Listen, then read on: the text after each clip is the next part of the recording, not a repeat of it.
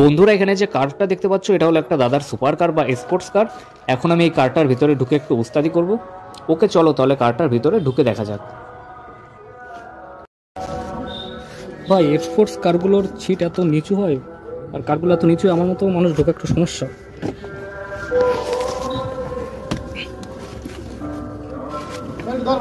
দাঁড়াও,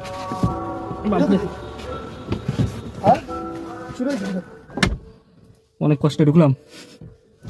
ওই বন্ধুরা গাড়ি চালু করে ফেলেছি, কি করে চালু হয়ে গেছে আমি নিজেও জানি না, যখন বন্ধ করতে পারছি না।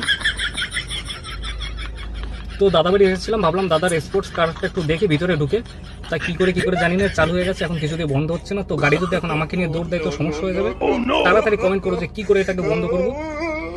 দেখো এখানে বিভিন্ন সুইচ রয়েছে, কিন্তু কোথায় কি দাবাবো আমি নিজেও বুঝতে পারছি না, কি চাপবো, কি চাপতে কি চাপ দেবো। তো তাড়াতাড়ি কমেন্ট ফার্স্ট।